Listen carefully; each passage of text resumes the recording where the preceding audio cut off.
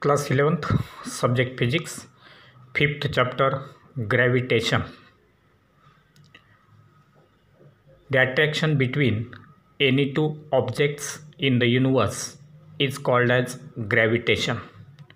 The attraction between any two bodies in the universe is called as the gravitation, and the force of attraction between any two bodies in the universe is called as gravitational force. The force of attraction between any two bodies in the universe is called as the gravitational force. Let us see the introduction of this chapter first. So all the material objects have a natural tendency to get attracted towards the earth with constant acceleration.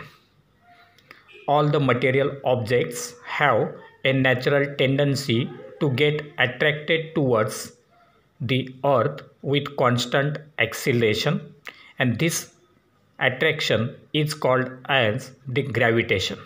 So gravitation is the force of attraction between any two bodies in the universe, not only between the body and the earth. If you consider some of the examples like a fruit falling from the tree, raindrops falling from the clouds, any object thrown in the upward direction falling down, these are the examples of this gravitation. Every massive body or every massive object in the universe experiences gravitational force. Every massive object in the universe experiences gravitational force, and it is the force of natural attraction between any two objects by the virtue of their masses. So gravitational force will be due to the masses possessed by the objects. It is always an attractive force with infinite range. That is, the gravitational force is always attractive and it is not repulsive, and it is infinite range force. That is, it will exist up to infinite distances between the two objects. Then it does not depend upon the intervening medium. The gravitational force is independent of the intervening medium, that is medium present there. This gravitational force is much weaker than the other fundamental forces. For example, gravitational force is 10 raised to 39 times weaker as compared with the strong nuclear force. So this will be the introductory part of this gravitation, and now let us see Kepler's laws, that is Kepler's laws of planetary motion. So Kepler's laws describe the motion of the planets, and therefore Kepler's laws of planetary motion will describe the orbits of planets around the sun. We know that the planets are revolving around the sun, but what type of orbit will be traced by any planet around the sun, that will be described by these Kepler's laws. So let us see the very first law. It is law of orbit. So Kepler's laws of planetary motion, from this first law is law of orbit. Now this law of orbit will be stated as all planets move in elliptical orbits around the sun, with the sun at one of the foci of the ellipse. All planets move in elliptical orbits around the sun, with the sun at one of the foci of the ellipse.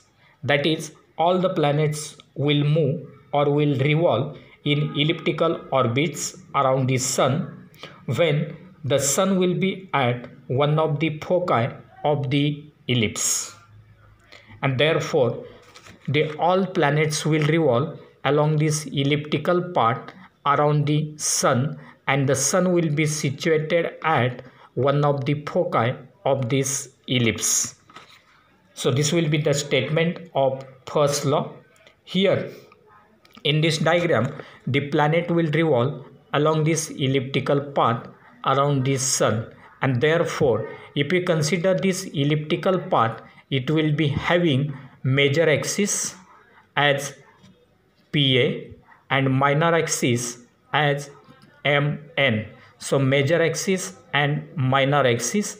Then this OA and OP will be semi-major axis, and OM and ON will be semi-minor axis.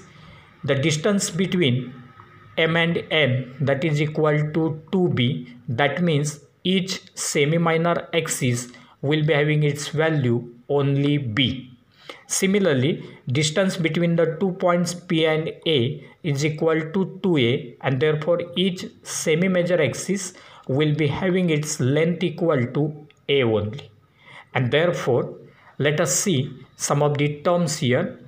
S dash will represent the foci of the ellipse. S and S dash will represent the foci of the ellipse, the sun being at S. So sun will be situated at this position S. At that time, S and S dash will represent the foci of this ellipse.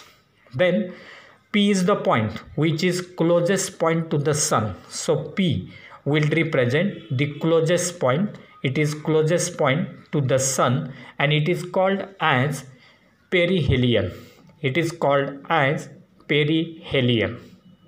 Similarly, another point A is farthest to the position of the sun. It is at large distance from the position of the sun, and therefore that point A, which is the farthest point, is called as aphelion.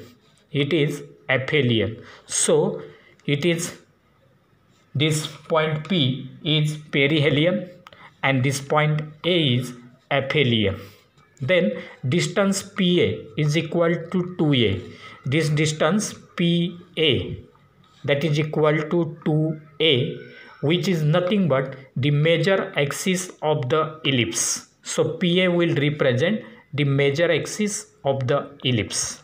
Similarly, PO and AO, these are nothing but equal to A, which are called as semi-major axis of the ellipse. So PO and AO will represent semi-major axis of the ellipse. Similarly, MN, this distance will be equal to 2b, which is called as minor axis of the ellipse. It is minor axis of the ellipse, and therefore MO and this ON or NO will be equal to B, which is nothing but the semi-minor axis of the ellipse. Semi-minor axis of the ellipse. So these are some of the terms related with major axis, minor axis, semi-major axis and semi-minor axis of the ellipse. And therefore this will be the explanation of the first law, that is law of orbit. Now let us consider Kepler's second law,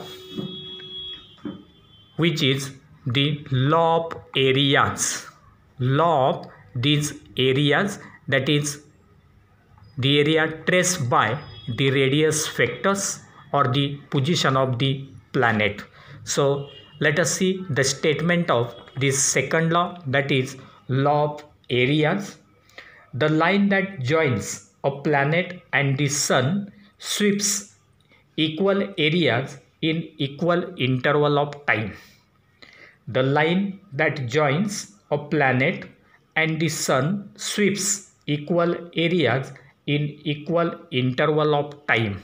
That means from this diagram, this line SP joins the sun and the position of the planet along this elliptical path. So this will be vector r, that is the position vector of this planet with respect to position of the sun. Now if any time interval t is taken to move along this line by that planet, then this shaded region will represent area traced by this radius vector or this vector r in given time t. Again, in the same time, if that planet moves along this path and traces this area, at that time in equal intervals of time t, these two areas will be equal. And therefore, we can say that if the time interval is the same, then the area traced by the radius will be equal, and therefore we can say that the line that joins a planet and the sun sweeps equal areas in equal interval of time. But when these planets are revolving, when they are moving along this elliptical path, at that time the planets do not move around the sun with uniform speed. So speed of revolution of these planets around the sun is not uniform, it will be non-uniform. That is, unequal distances will be covered in equal intervals of time. That is, the motion of these planets about the sun or around the sun in an elliptical orbit is not uniform motion. So in this case, the position of the planet is denoted by this vector r. So position of this planet P with respect to the sun is denoted by this vector r, and the perpendicular component of momentum is denoted by vector p. So if we consider the velocity of this planet, it will be directed along this line that is tangent to the elliptical path, and in the same direction momentum of that planet will be shown, which is represented by vector p. So this vector p is perpendicular to this line joining the sun and the planet, and it is in the same direction as that of linear velocity phi. So this vector p will represent the component of the momentum, linear momentum of this planet p.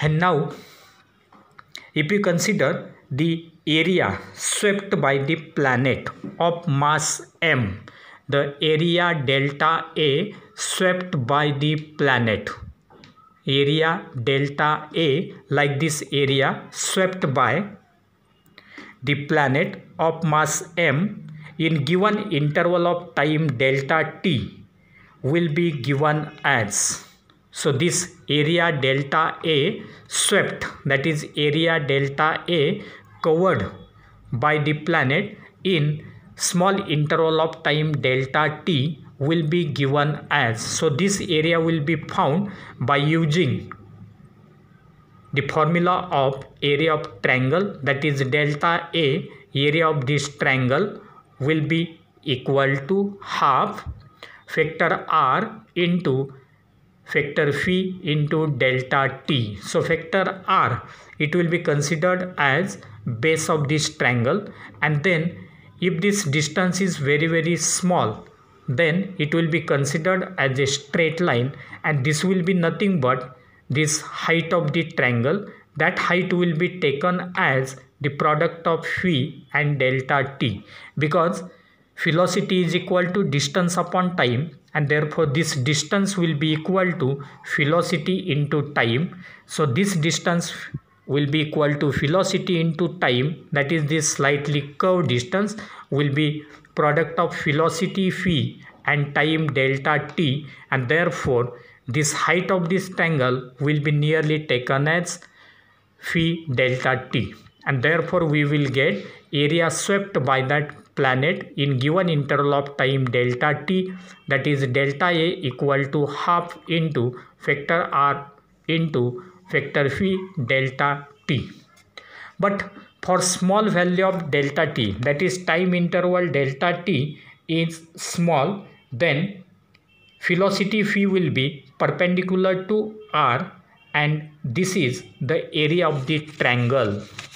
So if you consider time interval delta t to be very small, at that time this velocity will be perpendicular to this distance, that is vector r, and therefore from this triangle we can find the area. Therefore from this delta t is taken towards left, therefore we will get delta a upon delta t is equal to half into vector r cross vector phi. But we know that the linear momentum of that planet of mass m will be equal to product of mass and velocity, that is p is equal to m phi. Vector p, that is linear momentum of that planet, will be equal to mass into its velocity, and therefore we can write the velocity of the planet phi will be equal to p by m, that is linear momentum upon its mass, and therefore this phi will be replaced by p by m, and therefore we will get delta a upon delta t equal to half into r cross p by m, half into r cross p by m. But r cross p, this term r cross p is nothing but the moment of linear momentum, or it is also called as angular momentum of that revolving planet, and therefore this L, that is the angular momentum, that is moment of linear momentum, that is radius vector into linear momentum, that is equal to angular momentum. So r cross p will be equal to L, and therefore delta a upon delta t equal to factorial upon 2m, where this L is nothing but angular momentum of that revolving planet. So L upon 2m, but we know that the angular momentum L will be constant. This m is the mass of that planet is constant, and therefore this whole term, that is delta a upon delta t equal to L upon 2m, will be equal to constant. That is, this term delta a upon delta t is called as aerial velocity of that planet, and therefore the alternate statement for this law of areas, we can state it as the aerial velocity of the planet is constant. Aerial velocity of the planet is constant, that is delta a upon delta t, which is nothing but L upon 2m, it is constant. So this will be the explanation regarding this Kepler's second law, that is law of areas. And now let us see third, that is law of periods. Law of periods, that is Kepler's third law of planetary motion. Now according to this law of periods, the square of time period, the square of the time period of revolution of the planet around the sun is directly proportional to cube of the semi-major axis of the ellipse traced by that planet. The square of the time period of revolution of the planet around the sun is directly proportional to the cube of the semi-major axis of the ellipse traced by the planet.